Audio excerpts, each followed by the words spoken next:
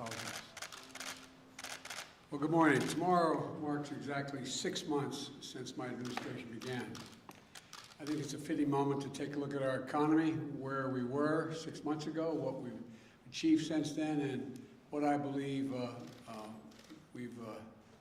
I believe where we're headed. Before I took office, there were a lot of folks out there making some pretty bold predictions about how things would turn out. You might remember some of the predictions that if I became president, we'd, quote, see a depression, the likes of which we've never seen, end of quote. Well, it's true that the economy was sputtering before I got here, adding only 60,000 jobs per month for 3 months before I was sworn in. But now, 6 months later, we've changed that. We've gone from 60,000 jobs per month to 60,000 jobs every 3 days, more than 600,000 jobs per month since I took office, more than 3 million new jobs all told. That's the fastest growth, I'm told, at this point in any administration's history. Another prediction, that is my favorite one, I must add, is that if I got elected, I'd bring the end to capitalism. I never understood that one, but we've heard an awful lot. Well, in 6 months into my administration, the U.S. economy has experienced the highest economic growth rate in nearly 40 years. And we know we knew that we needed to launch a wartime effort to get America vaccinated and pass a powerful American Rescue Plan. We did both those things. And now the forecasters have doubled their projections for growth this year in the economy to 7% or higher. In fact, the U.S. is the only developed country in the world where growth projections today are stronger than they were before the pandemic hit.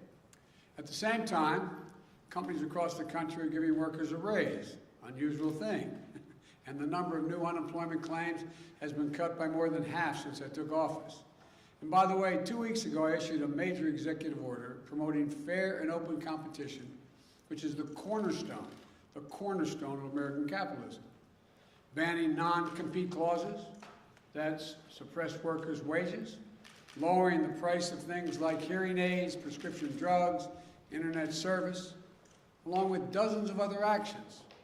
Folks, it turns out capitalism is alive and very well. We're making serious progress to ensure that it works the way it's supposed to work, for the good of the American people. So for all those predictions of doom and gloom 6 months in, here's where we stand.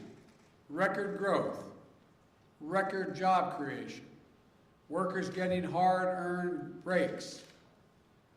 Look, we brought this economy back from the brink, and we've designed our strategy not only to provide for a temporary boost, but to lay the foundation for a long-term boom that brings everyone along. You know, that's why we designed the American Rescue Plan, to help not just all those, everyone at once, but over the course of a full year and beyond. So we could help families and small businesses weather the ups and downs as the economy recovers from a historic pandemic, and there are going to be ups and downs. We saw a great example of that just last week. For the first time, monthly payments began going out to nearly every working family raising a child in the United States of America. Thanks to the expanded child tax credit in the American Rescue Plan, $300 a month going out for each child under the age of 6, and $250 for every child 6 through 17. Every month for the next 6 months, with more coming in the spring. That money is a game changer. For some, it's a lifesaver. Think of the single mom struggling to put food on the table each month. The parent has to tell their kid, I'm sorry, honey, but we can't afford those dance classes. Or the sports team you want to play in this fall, we can't do it. You know, they can't wait for the credit against their taxes to be coming next year as a tax credit. They need cash in their pockets today. For families with the least, this money will do the most, dramatically reducing child poverty in America. And for millions of middle-class families, it'll give them a little bit of breathing room every month. That's just one example of how we're building an economy from the bottom up and the middle out. But despite that progress, we cannot afford to be complacent. We know that our economic recovery hinges on getting the pandemic under control. You know, and by fully vaccinating 160 million Americans, or 80% of our seniors, we've fundamentally changed the course of the pandemic from one that threatens all Americans to a disease that has the most severe impacts only on the unvaccinated people in the country. But we can't let up, especially since and because of the Delta variant, which is more transmissible and more dangerous. Unfortunately, cases are now rising, particularly in communities with very low vaccination rates. Just 4 states account for nearly 40%, 4 states, 40% of all cases last week. Virtually all hospitalizations and deaths are occurring among unvaccinated Americans. These tragedies are avoidable. The data couldn't be clearer. If you're fully vaccinated, you have a high degree of protection against severe illness, hospitalization, and death. If you're unvaccinated, you are not protected. So please, please get vaccinated. Get vaccinated now. It works, it's safe, it's free, it's convenient. You know, this virus doesn't have to hold you back any longer. It doesn't have to hold our economy back any longer. But the only way we put it behind us is if more Americans get vaccinated. We also know that as our economy has come roaring back, we've seen some price increases. Some folks have raised worries that this could be a sign of persistent inflation. But that's not our view. Our experts believe, and the data shows, that most of the price increases we've seen were expected and are expected to be temporary. Reality is you can't flip the global economic light back on and not expect this to happen. As demand returns, there's going to be global supply chain challenges. We've seen that in semiconductors, which are used in automobiles. That global shortage has slowed vehicle production, creating a temporary spike in car prices. That's a real challenge. My administration will do everything we can to address it. But again, these disruptions are temporary. Lumber prices are another example. They spiked early in our recovery, but in recent weeks, they began to fall. They've fallen by more than 50%.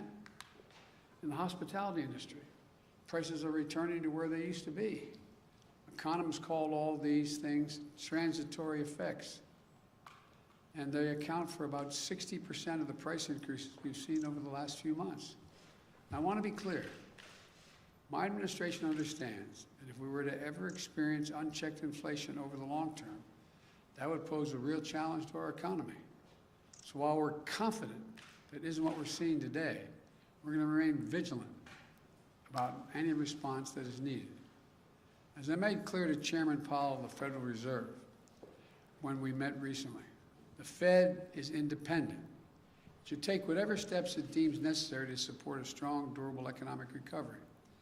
But whatever different views some might have on current price increases, we should be united in one thing: passage of the bipartisan infrastructure framework, which we shook hands on. We shook hands on. And my Build Back Better plan will be a force for achieving lower prices for Americans looking ahead. It's another reason why the investments are so important.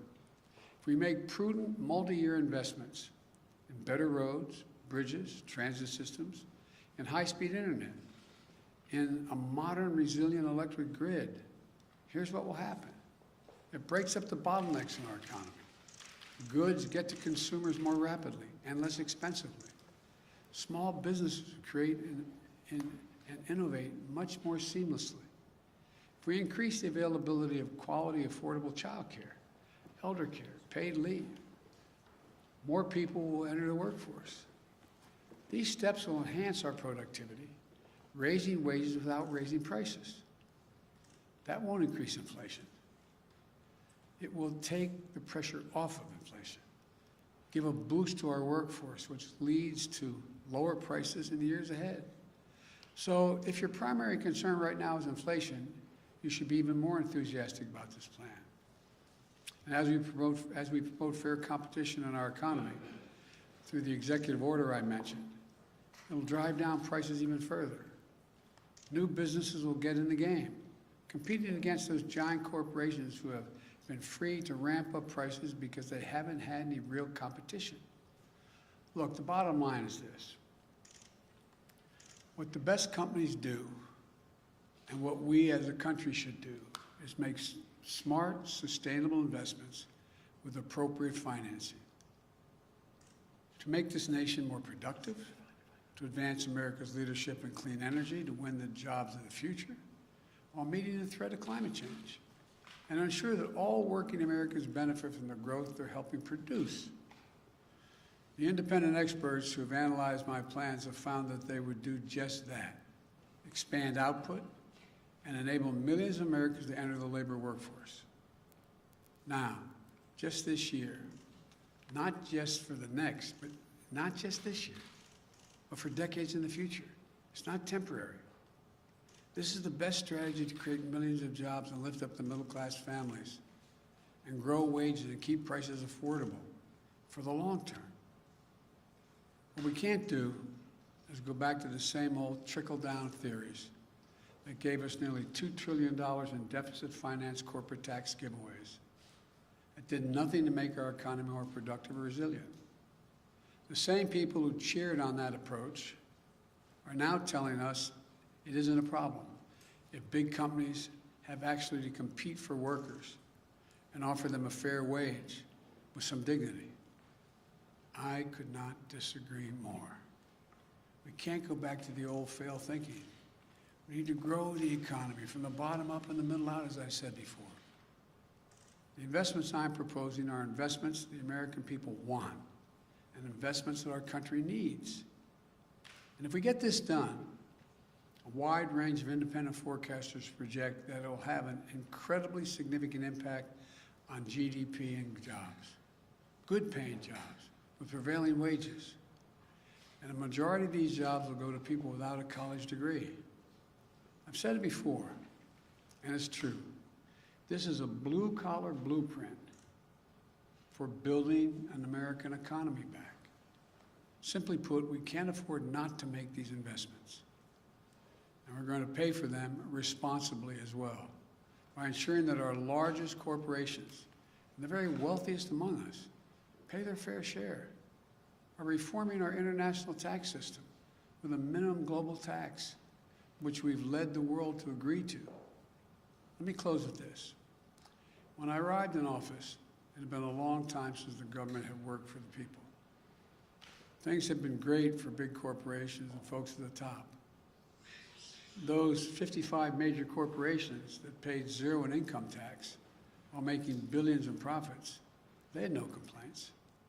When I took office, I made a commitment to the American people, that we're going to change that paradigm.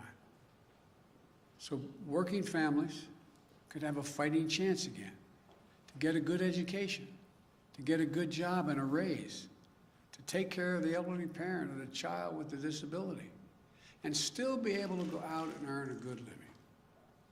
To stop losing hours of their lives stuck in traffic because the streets are crumbling or waiting for slow, spotty internet to connect them to the world. That's what the economy we're building is all about. That's why we passed the American Rescue Plan. And that's why we need investment in the bipartisan infrastructure framework and my Build Back Better plan. Our economy's come a long way over the last 6 months. Can't slow down now. We can make this boom we're experiencing today one that will ensure that all Americans have an opportunity to share in it for years to come. And we can show the world that American democracy can deliver for the people. I look forward to continuing to build this economy. And I'm incredibly optimistic about what we're going to be able to build together in the next 6 months and the years to come. Thank you all for listening, and may God bless you, and I'll take a few questions. Mr. President, you said last week that companies and platforms like Facebook are killing people by letting misinformation. Let me be precisely what I said. I'm glad you asked me that question. One, I had just read that on the Facebook pointed out, that it was pointed out that Facebook, of all the misinformation, 60% of the misinformation came from 12 individuals. That's what the article said. So I was asked that question about what do I think is happening. Facebook isn't killing people. These 12 people are out there giving misinformation. Anyone listening to it is getting hurt by it. It's killing people. It's bad information. My hope is that Facebook, instead of taking it personally, that somehow I'm saying Facebook is killing people, that they would do something about the misinformation, the outrageous misinformation about the vaccine. That's what I meant. Have they done enough, in your opinion, to stop? I haven't, that to be completely honest with you, I don't know if they did anything today. Up to over the weekend, I don't think they had, but I don't know. I don't know the answer to that question. Will you hold them accountable if they don't do more to stop the spread? When you say hold accountable, I just want to, I'm not trying to hold people accountable. I'm trying to make people look at themselves, look in the mirror. Think about that misinformation going to your son, your daughter, your relative, someone you love. That's what I'm asking, all the way in the back. Thank you, Mr. President. At what point would you consider inflation unchecked to a point at which you would either consider taking action or you would want to see the Fed takes action? And secondly, why do you believe that the budget bill is appropriate legislation for a pathway to citizenship? Well, first of all, I think we need to find pathways to citizenship. The budget bill is an appropriate way to get around the filibuster, to be able to make a judgment as to whether or not they should have a pathway. That's for the parliamentarian to decide, not for Joe Biden to decide. The first part of the question was? It was on inflation. You mentioned unchecked inflation. There's nobody suggesting there's unchecked inflation on the way. No serious economist. That's totally different. I mean, look, the stock market is higher than it has been in all of history, even when it's down this month. Even down this month. Now, I don't look at the stock market as a means by which to judge the economy like my predecessor did. But he'd be talking to you every day for the last 5 months about how the stock market is so high, higher than any time in history, still higher than any time in history. So that's not how I judge whether or not we have economic growth. Mr. President, on China and cyber hacking. She jumps up before you do. Effectively, your administration is naming and shaming China, but no sanctions. Why, and is that effective enough? They're still determining exactly what happened. The investigation is not finished. Thank you all very much. I'm trying real quick. What is your understanding of the biggest difference between what they've done versus what Russia's done in terms of cyber hacking? That'd take a longer explanation. We have all the time in the world. Go ahead. No, we don't. I have to go see the King of Jordan. Just one quick follow-up on Well, to the best of my knowledge, and I'm getting a report tomorrow morning on this, a detailed report, my understanding is that the Chinese government, not unlike the Russian government, is not doing this themselves, but are protecting those who are doing it, and maybe even accommodating them being able to do it. That may be the difference. Thank you. Mr. President, Mr. President. Should the Olympics go forward, Mr. President? They are.